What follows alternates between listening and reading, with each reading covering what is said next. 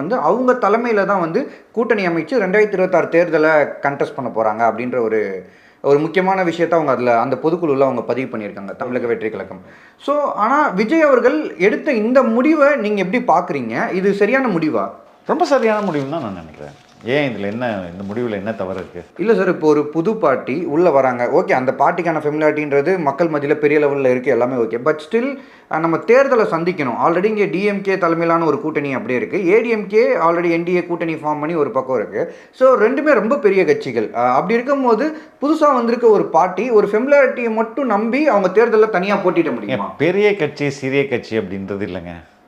ஆம் ஆத்மி வந்து எத்தனை வருஷத்துக்கு முன்னாடி வந்த கட்சி? சரி, ரொம்ப ரீசெண்டாக வந்த கட்சி தானே. டெல்லி என்பது இந்தியாவின் தலைநகர் தானே. அதில் வந்து ஒரு ஒரு காங்கிரஸ்ன்ற ஒரு பெரிய கட்சியை அடித்து காலி பண்ணி அவங்க வந்து ஆட்சியை பிடிக்கிறதுன்றது முடிஞ்சது தானே. அப்போ அது வந்து ஒரு பெரிய விஜய் போன்ற ஒரு ஒரு மிகப்பெரிய நட்சத்திர வெளிச்சமெல்லாம் இல்லாத ஒரு கட்சி அவர்களாலே முடிந்தது. பஞ்சாபில் வரையும் அவங்களால பெனட்ரேட் பண்ண முடிஞ்சுது. ஓகே, இப்போது இங்கே பெரிய கட்சி 75 ஆண்டு 50 ஆண்டு அப்படின்னா அது மரம் கூட தான் பெரிய மரமாக இருக்கும். அதோடய ஸ்ட்ரக்சர் எந்த அளவுக்கு வேர்கள் ஸ்ட்ராங்காக இருக்குது, உள்ளே உளுத்து போகாமல் இருக்குதா இல்லை வைரம் பாஞ்சு இருக்குதா யாருக்கும் தெரியாது. அப்போ இங்கே வந்து ஒரு ஒரு ஒரு புதிய கட்சி வந்து ஒரு பழைய கட்சியை வந்து வீழ்த்துவதுன்றது இயற்கை. இது பழையன போயிட்டு புதுசு வர்றது தானே இயங்கியலே. அப்போ நீங்கள் வந்து அதை விஜயால் வீழ்த்த முடியும்னா கண்டிப்பாக உறுதியாக வீழ்த்த முடியும். ஆனால் இந்த எலெக்ஷனில் அது முடியுமான்னு கேட்குறேன். ஏன்னா ஏன் இந்த எலெக்ஷனில் என்ன பிரச்சனை சார்? சார் இப்போ ஃபார் எக்ஸாம்பிள் வந்து இப்போ நம்ம 21 எலெக்ஷன் எடுத்துக்கிட்டோம்னா கிட்டத்தட்ட 1,74,00,000 ஓட்டு வாங்கி டிஎம்கே ஜெயிச்சாங்க. அவங்க அதுக்கு அப்போசிஷன் பார்ட்டியாக இருக்கக்கூடிய ஏடிஎம்கே வந்து 1,30,00,000 வாக்குகள்.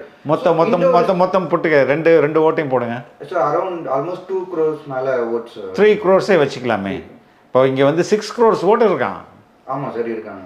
அப்போ இந்த ஒரு பெரிய ஜங்கி இந்த இவங்கள்ட்ட இன்ட்ரெஸ்ட் இல்லாமல் தானே இருக்குது. 70% திரண்டாலே இப்போ விஜயோட கேல்குலேஷன் என்ன? 2 கோடி ஓட்டு, 2 கோடி ஓட்டு வாங்குறவங்க வின்னர். அப்போ அந்த 2 கோடி ஓட்டை அவங்க பிளான் பண்ணுறாங்க.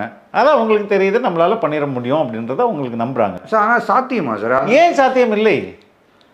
ஏங்க இன்னைக்கு வந்து இந்த 2 கட்சிகளும் மீது நாட்டம் இல்லாத, விருப்பம் இல்லாத, வெறுப்போட லட்சக்கணக்கான பேர் இருக்கான், கோடிக்கணக்கான பேர் இருக்கான். அவனுங்களாம் ஆல்டர்னேட்டிவ் என்னன்றது ஒரு பெரிய கேள்விக்குறியாக இருக்குல்ல. அதை விஜய் செய்வார்னு எதிர்பார்க்குறாங்க சார். ஆனால் இப்போ நீங்கள் சொல்கிற மாதிரி இங்கே ஆல்டர்னேட் இருக்குது. இப்போ நீங்கள் 3 crores சொன்னால் கூட பேலன்ஸ் 3 crores ஓட்டு அப்படியே இருக்குது.